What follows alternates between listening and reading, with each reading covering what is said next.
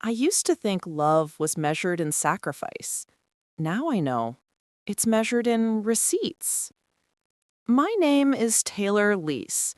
I'm 32 years old, a medical ultrasound technologist, and a single mother to a 6-year-old girl named Lily, the only heartbeat that ever gave my life meaning.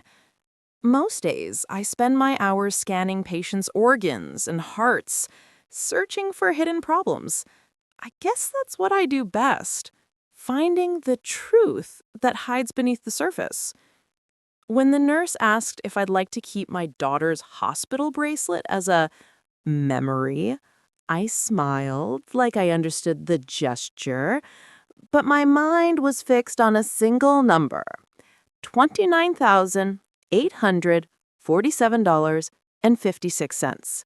That was the cost of keeping her heart beating, and the exact figure my parents refused to cover. Before I continue my story, tell me this. Would you sacrifice your pride to save your child, or your child to protect your pride? Share your honest opinion in the comments. I truly want to hear your perspective. They said they didn't believe in bailouts.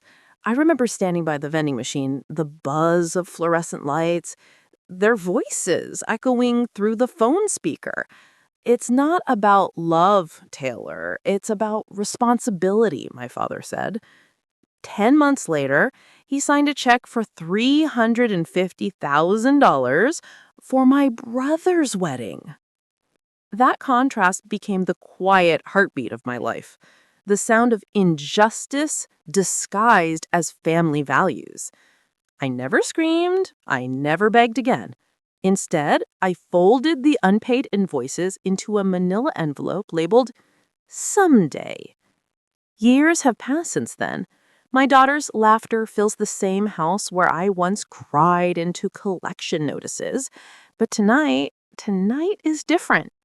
Because for the first time, I'm sitting across from the very people who taught me that money defines worth. There's a dinner party underway at my parents' house, the clinking of wine glasses, the familiar smell of expensive food. And there I am, smiling politely, holding a small leather binder. Inside it lies everything they ever dismissed: emails, wire confirmations, photographs, bank statements, every detail of the choice they made. This isn't about revenge in the way people imagine it. No shouting, no chaos, just truth. Polished, documented, and impossible to deny. When I open that binder, I won't raise my voice. I won't need to. Because sometimes silence is the loudest justice there is. Here at Revenge Bible, we explore real psychological stories of betrayal and justice. Don't forget to like, share, and subscribe so you never miss our next emotional reckoning. Before everything fell apart, my life was quiet, ordinary in the way that comfort can be. I lived in a modest 2-bedroom duplex just outside Chicago, close enough to the hospital where I worked, far enough to breathe. My days started early. 5:30 a.m. coffee, a brief moment to watch Lily sleep, then the rhythmic routine of preparing for another 12-hour shift in radiology. There's a kind of peace that lives in repetition. You learn to find purpose in small rituals, labeling your lunch, organizing bills by color, tracing stability out of chaos. My coworkers used to tease me about my envelope system, the way every document had its place. They didn't know it was my form of survival, control over something in a world that often felt uncontrollable. My parents lived 40 minutes away, in the same gated neighborhood I grew up in. Manicured lawns, matching mailboxes, an illusion of perfection. They'd always been the image-conscious type. My father, Paul Reese, a retired investment advisor who cared more about optics than honesty. My mother, Linda, his echo. Polished, cautious, forever smoothing the rough edges of his opinions. And then there was my younger brother, Evan, the golden boy, the one who never heard the word no. Evan was charming in a way that made people forget his debts. Every family dinner became a stage for his next venture, a podcast idea, a startup, an art gallery he claimed was about to explode. He had a knack for turning failure into performance. My parents adored it. They called it ambition.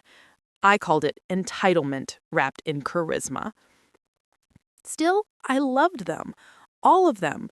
Or at least the versions of them I thought I knew. When Lily got sick, she was 6. Bright, funny, obsessed with drawing animals.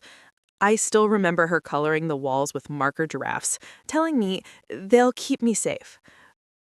I didn't know then how much I'd need that belief. Her illness came suddenly. One hospital visit that turned into weeks of tests. Heart arrhythmia, they said. A rare one. Treatable, but expensive. I had insurance, but coverage only went so far. The treatment required specialists, travel, out-of-pocket costs that multiplied faster than I could keep up with. By the 3rd week, my savings were gone. I sold my car, took extra shifts, but $30,000, that number felt like a mountain built to keep me small. So, I called my parents. Not because I wanted to, but because I had to. Dad, it's not for me. It's for Lily, the doctors. He interrupted. Taylor, we've talked about this. You chose to have that child without a husband. We can't keep cleaning up your decisions. That sentence still lives somewhere behind my ribs, sharp and unmovable. My mother's voice followed, softer but colder. Sweetheart, maybe you should apply for one of those hospital charity programs. Paul says it builds character to find your own way. Character. That was their word for abandonment.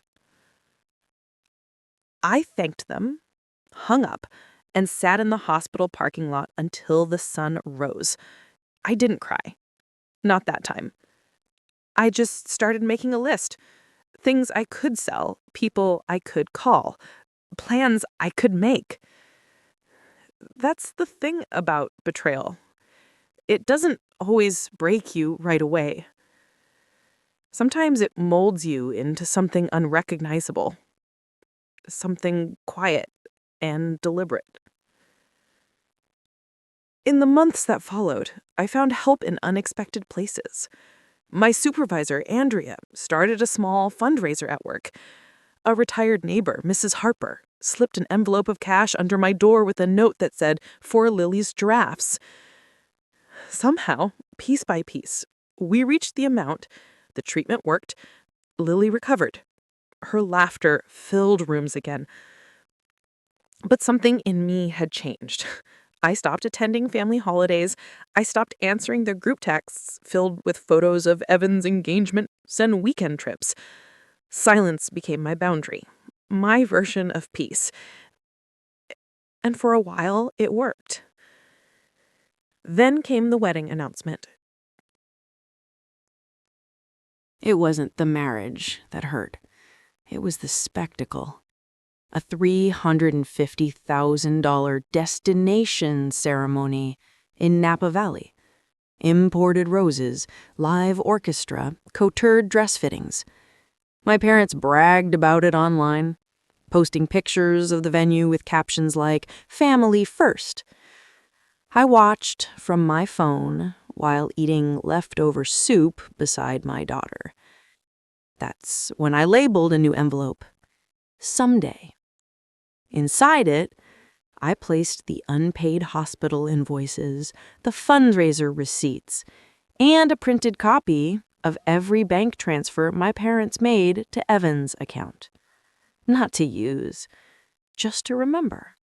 Because sometimes memory is the first stage of justice. The day everything truly broke, It wasn't when they refused the money. It was when I realized they'd never planned to understand me at all. After Lily's treatment, things were stable, not perfect, but manageable. I threw myself into work, clocking extra hours, trading sleep for overtime. Every paycheck felt like proof that I could do this alone. My parents never called to ask about her recovery. They texted a few times, polite, distant check-ins that read like PR statements. Glad she's better. Proud of your resilience. Nothing more. Then one afternoon, an ivory envelope arrived at my work desk. Thick paper, embossed gold lettering. Inside, Evan's wedding invitation. Please join us for a celebration of love and family unity. Family unity. Those two words landed like a bruise I couldn't cover. I hadn't spoken to Evan in nearly a year. While I was rationing groceries, he was posting photos of wine tastings and engagement shoots. Still, I couldn't help staring at the venue listed on the invitation. The Eden Valley Estate, one of Napa's most exclusive resorts. I knew that place. I'd once scanned an executive there who mentioned the average event cost started at $300,000. At first, I thought it was an exaggeration. Surely my parents weren't financing all of that, not when they'd refused a fraction of that cost to save their granddaughter. A week later, I went to see them. I told myself it was curiosity, maybe closure. Their house looked like it hadn't changed. Same trimmed hedges, same white porch swing that never moved. But stepping inside, it felt like walking into another world. The smell of expensive candles, fresh flowers in every corner, wedding magazines spread across the table. My mother looked up first. "Taylor, we didn't expect you." Her voice carried the same politeness as an email. "I wanted to congratulate you," I said, forcing a smile. "It looks like Evan's wedding is a big deal." "Oh, it's nothing," she waved off, eyes gleaming. "It's just a family event. You know how he is. He wants to make it special." Then my father entered the room. Perfect posture, a whiskey glass in hand. "It's good you stopped by," he said. "We were wondering if you might help coordinate the seating arrangements. You have a good eye for details." Something in me laughed, quietly, painfully. "You want me to help with the wedding?" He nodded. "It would mean a lot to Evan, and to us." I could have screamed then. Instead, I looked around the room, taking in the glossy brochures, the planner's binder left open on the counter. I wasn't searching for anger. I was searching for truth, and I found it. A glimpse of an invoice sticking out from the folder's edge. $347,800, paid in full. The name on the account, Paul and Linda Reese Family Trust. It felt like a second diagnosis, one from my soul. My father caught me staring. "Don't make this about money," he said, his tone dropping. "This is about family pride. Appearances matter. You wouldn't understand." He was right about one thing. I didn't understand. Not how they could spend $350,000 to parade love, but couldn't spare $30,000 to save it. My mother reached for my hand. "Please don't ruin this for your brother. We all made choices. Yours just came with consequences." I withdrew my hand. "And theirs didn't?" She didn't answer. She didn't have to. That night, I drove home in silence. The streetlights blurred through my windshield, glowing like tiny accusations. Every mile between us became another realization. I wasn't part of their definition of family. I was a quiet footnote, the daughter who didn't fit the picture. I spent that night sitting on the floor of my kitchen, invoices and receipts spread out like a map of betrayal. Each line item was proof of what love had cost me and what vanity had cost them. And as I stared at those papers, a strange calm settled over me. It wasn't rage. It wasn't despair. It was clarity, the kind that whispers instead of shouts. I understood then that some debts aren't meant to be repaid in cash. They're meant to be repaid in truth. So I began writing everything down. The phone call, the refusals, the fundraiser, the invoices. I labeled it simply Race Family Ledger, not out of hatred, but to remember. Because memory, when documented, becomes evidence, and evidence, when time is right, becomes justice. Silence became my language after that day. I stopped calling, stopped explaining. The fewer words I gave them, the more they assumed I'd moved on. But grief doesn't vanish. It rearranges itself into something sharper. I focused on my daughter and my work. I built stability from scratch, budgeting every dollar, collecting small wins like trophies, a promotion, a reliable car, a home with space for Lily's drawings on the wall. Outwardly, I was fine. Inside, I was studying the shape of what they'd done. I didn't need revenge then. I needed understanding. It started with a letter. 2 years after Evan's wedding, I received a notice from a former accountant, Mrs. Harper, my old neighbor, the same woman who'd helped me during Lily's treatment. She'd retired, but still handled a few family accounts, including, apparently, my parents. The letter wasn't intended for me. It had been misdelivered. Same last name, wrong address. When I realized whose name was printed on the envelope, my instinct was to return it. But something stopped me. Curiosity isn't always kind, but it's honest. Inside was a quarterly trust statement. Columns of numbers, transactions, wire transfers. Most of it meant nothing, until I saw a line item labeled Reimbursement, Evan Wedding Vendor Payments, and next to it, a withdrawal of $62,000 dated 6 months after the wedding. That word, reimbursement, anchored in my mind. Why would there be reimbursements months later if everything had been paid up front? I spent that night at my kitchen table with a cup of coffee and that single sheet of paper. Then I opened the someday envelope I'd kept all these years. The unpaid invoices, the fundraiser statements, the bank slips. I laid them side by side, a mosaic of betrayal. The deeper I looked, the more connections appeared. Dates that overlapped. Transfers that aligned too perfectly. They hadn't just funded the wedding. They'd used Lily's medical crisis as an excuse to reposition their finances, to move assets quietly from one account to another, avoiding tax scrutiny. When I'd asked for help, they weren't protecting their savings. They were protecting a facade. And my daughter's illness had been a convenient moral alibi, a way to signal tough love while concealing financial reshuffling. I confirmed it through public records. A property title change right before the wedding.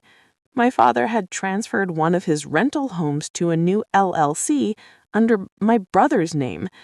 The paperwork was signed the same week he told me, "We can't bail you out." They hadn't refused to help because they couldn't. They refused because my suffering kept their image intact. It's strange how clarity doesn't come as thunder. It comes as stillness.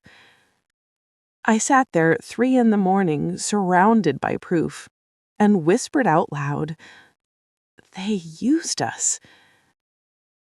Lily was asleep down the hall. I walked to her room and watched her breathing, peaceful and unaware. For years, I'd tried to protect her from bitterness, to make sure she never felt unwanted. But in that moment, I knew what my silence had cost us. Not money, but truth. In the weeks that followed, I began piecing together the rest. Mrs. Harper agreed to meet for coffee, unaware that her misplaced letter had opened a door I could no longer close. I told her I wanted to understand the trust, purely for future family clarity. She nodded. She'd seen more than she ever said. When she showed me the documents, everything aligned. For years, my father had drawn from the same family trust to support Evan's ventures, luxury car leases, personal loans, even a startup that never launched. My name appeared nowhere, not even as a contingent beneficiary. Mrs. Harper looked uncomfortable as she flipped through the folder. "Taylor, this kind of thing, it's more common than you think. Parents reward the children they believe reflect them best." Reflect them best. The phrase stayed with me. I left that meeting holding a flash drive she'd given me, just in case, scanned copies of all prior statements. As I walked to my car, I realized something shifted inside me. I didn't want their money anymore. I wanted acknowledgement, accountability, a mirror held up to their illusion. That night, I began recording my own narration, a personal log, not for social media, for myself. Every discovery, every number, every line of manipulation, a diary of receipts. The story was no longer about the $30,000 they denied me. It was about every unspoken moment they decided image mattered more than empathy. And when Evan's marriage began crumbling, rumors of financial trouble, unpaid taxes, and frozen accounts, I saw the perfect alignment forming. My father had guaranteed his loans personally. Their perfect facade was cracking. For years, I'd stayed quiet because I believed silence was safety. Now I understood. Silence could also be strategy.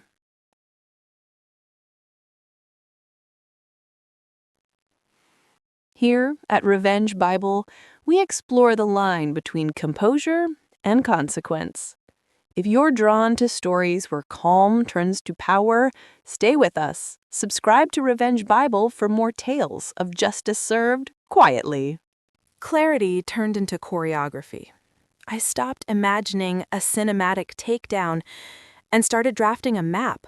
What I had, what I needed, and the simplest route from one to the other. Revenge in my head wasn't spectacle.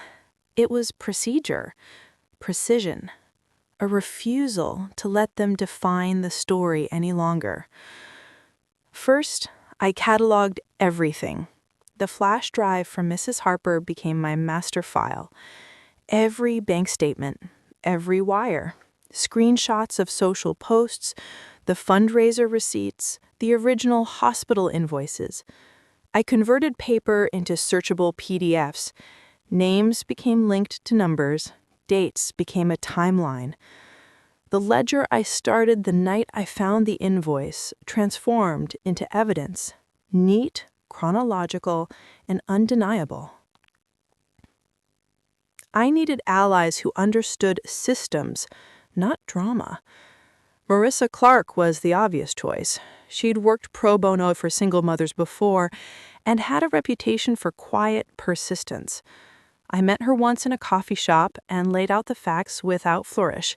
She didn't react emotionally. That steadiness felt like wind against a sail. She said, "We can subpoena the trust statements, but you need standing. We'll request an accounting. If they won't comply, we escalate."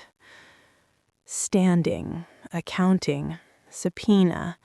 The words sounded clinical, almost antiseptic, but they held a kind of promise. Next, I wanted context. Mrs. Harker agreed to help me interpret the trust language. She showed me clauses that read like family manifestos: discretionary distributions, trustee authority, and the power to withhold funds for educational or moral purposes. Translation: they could claim any assistance was a character-building decision. That's when strategy mattered most. If a court saw a pattern, repeated reimbursements to Evan, transfers timed right before weddings and luxury purchases, discretion looked less like principle and more like favoritism codified into practice. I also reached out to 2 quiet witnesses: Andrea, my supervisor, who had organized the fundraiser, and a former bank clerk who'd retired but still remembered odd wire descriptions. Both agreed to statements. Small things, maybe, but in court or at a family mediation table, small things add up. They anchor claims in human memory. While Marissa prepared the legal route, I planned the human side. I knew my father's ego, fragile when his reputation was threatened. Public exposure would humiliate him, and humiliation was not my goal. I wanted accountability. I wanted them to look at their actions and own them. So I drafted a path that combined private pressure with legal teeth: a formal request for accounting, an offer to mediate privately, and a clear alternative: litigation and public filing. I created a binder, not a theatrical prop, but a professional packet: a cover letter detailing the timeline, scanned documents, witness statements, and a clear request: an accounting of trust distributions for the last 5 years. The tone was concise, unemotional, unassailable. It read like evidence, not accusation. I titled it simply, "Request for Family Accounting, Reese Family Trust." Then I planned the reveal, not a viral video, not a dramatic dinner confrontation. I would deliver the binder in a setting that required them to choose, acknowledge and reconcile, or refuse and face formal action. I picked their home, the place where they stage perfection. It felt fair. If they wanted status, let them face the status of their choices. Timing mattered. Evan's marriage was already under stress. Rumors of frozen accounts and tax notices made the family brittle. Their vulnerabilities meant my request would cut deeper than words alone, but I kept that to myself. Strategy that relied on leverage is not cruelty if the goal is truth. I rehearsed my delivery. Short sentences, no theatrics. I'd be calm. I'd present facts, then I'd step back and let them respond. If they declined accounting or stonewalled, Marissa would file. If they showed willingness, we'd start with mediation. Either path moved us from silence to resolution. Behind all practical steps was a moral framework I refused to abandon. I didn't want to destroy anyone. I wanted to restore balance. My daughter had been given what she needed to live. I wanted my parents to feel the consequence of their choices, to understand the human cost behind their ledger entries. Restitution wasn't about money alone. It was about recognition. At night, when plans felt cold and sharp, I put the binder on the kitchen counter and watched Lily sleep. The outline of her small fist against the blanket reminded me why I had chosen this path. I wasn't solving an old grievance for my own sake. I was reclaiming a narrative for her. I wanted her to grow up in a world where truth mattered more than image. When everything was in place, allies lined up, documents organized, legal options primed, I breathed. The work wasn't dramatic. It was meticulous. That quiet made me feel powerful in a way shouting never could. The morning I delivered the binder, I dressed the way I used to visit my parents for Sunday brunch. Soft blouse, simple jeans, hair tied neatly. It wasn't armor, it was symmetry. If they still wanted to believe I was the quiet daughter who would fold under pressure, I'd let them think that. Calmness was my camouflage now. I parked across the street from their house, the same suburban palace that once felt like home, but now stood like a museum of selective affection. The driveway shimmered with Evan's new car, an imported silver thing he'd leased through the company. My binder sat on the passenger seat beside me, the weight of 4 years of silence bound in navy leather. I didn't call ahead. I just walked up, rang the bell, and waited. When my mother opened the door, surprise flickered first, then caution. "Taylor?" she said, the word trembling between curiosity and guilt. "I need 10 minutes," I told her. My voice was steady. "It's about the trust." She led me into the living room, the same one where Lily once played with her stuffed bunny while they told me there was nothing they could do. The irony pressed heavy in the air. My father came in moments later, his phone still in hand, his tone clipped. "We're busy today, Taylor. What is this about?" I set the binder on the coffee table and opened it like a ritual. An accounting request. From me. His eyes narrowed. "Excuse me?" "Marissa Clark, my attorney, will file it formally next week, but I wanted to give you the courtesy of seeing it first. Every transfer, every receipt, every wire connected to the trust. I'm asking for transparency, not charity." Silence. Then my mother tried the old disarming tone. "Sweetheart, this isn't necessary. You're dredging up old wounds. We've always supported you." "Supported me," I cut in, voice still quiet. "You refused to save your granddaughter's life, then spent 10 times that on Evan's wedding. You supported an illusion, not a family." My father's jaw clenched. "This is absurd. You don't understand how the trust works." I looked at him then, not as a daughter, but as a witness. "Actually, I do now.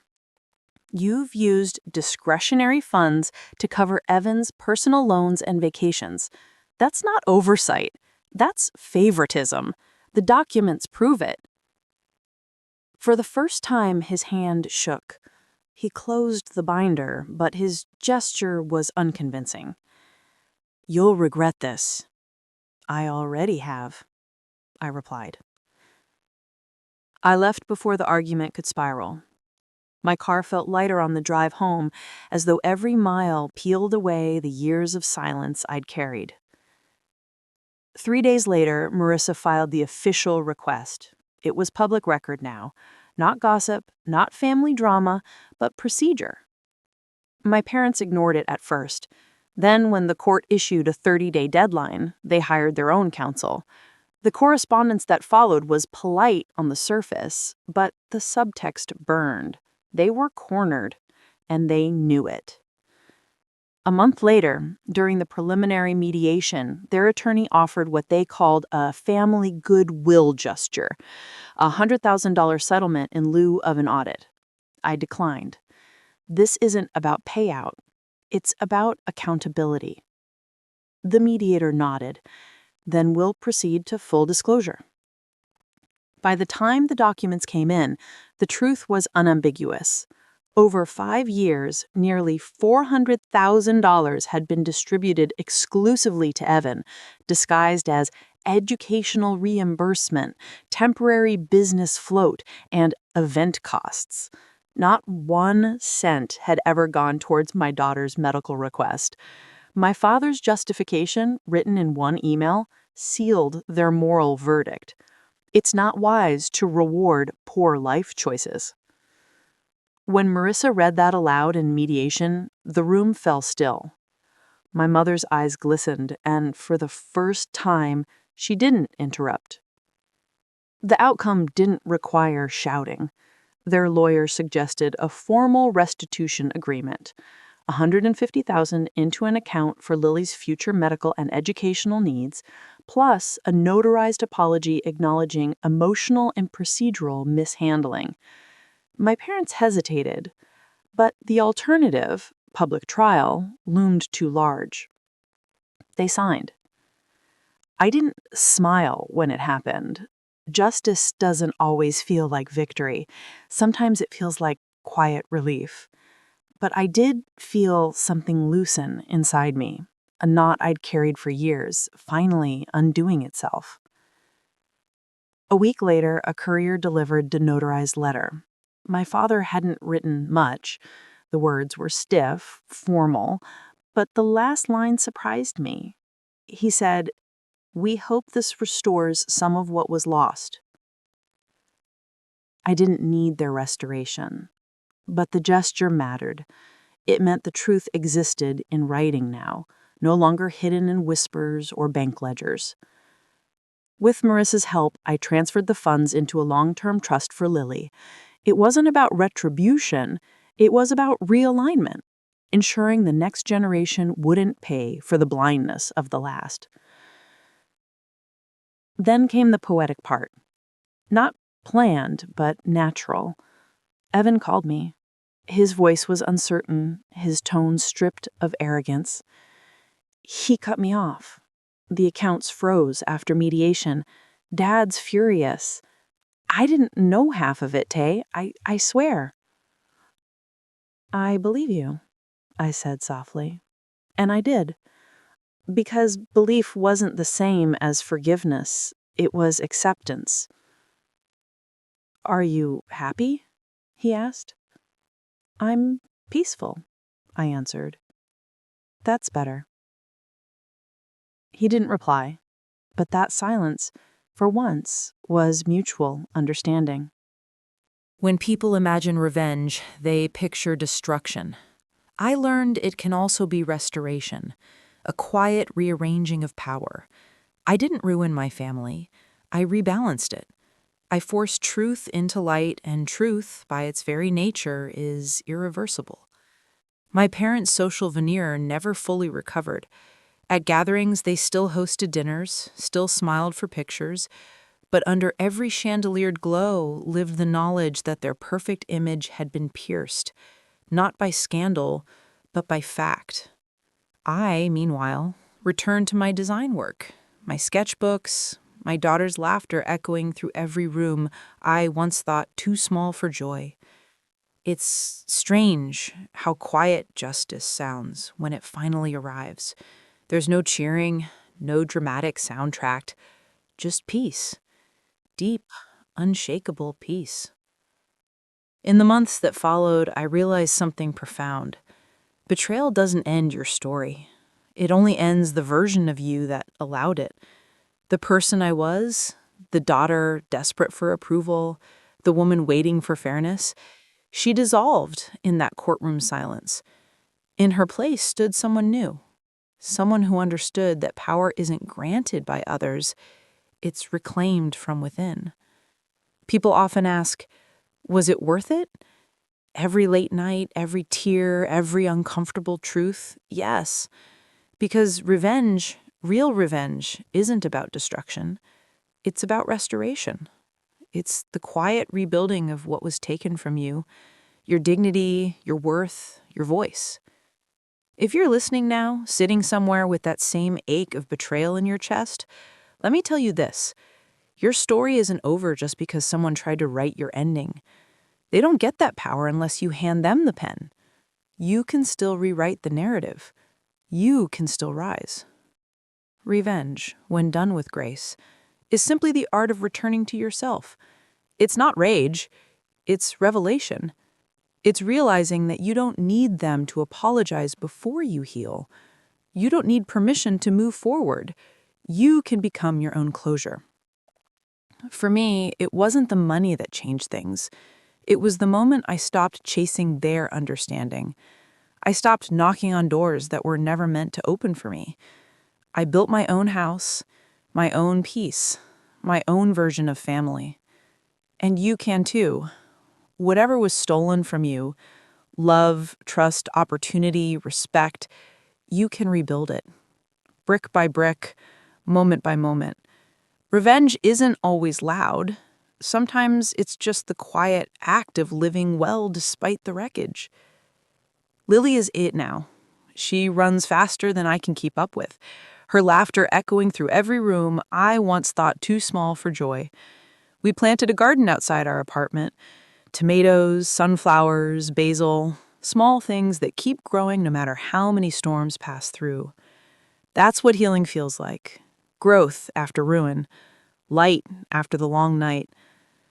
And as for me, my name is Taylor Reese. I'm 32 years old. I'm an interior designer. And after years of silence, I finally rebuilt both my home and my heart. I turned my pain into purpose, and I came out stronger, sharper, calmer. So to anyone listening, don't let betrayal be your period. Let it be your comma. There's more story ahead. You are more resilient than they ever believed. This was another story from Revenge Bible, where we turn pain into purpose and betrayal into balance. Subscribe and join us for the next transformation.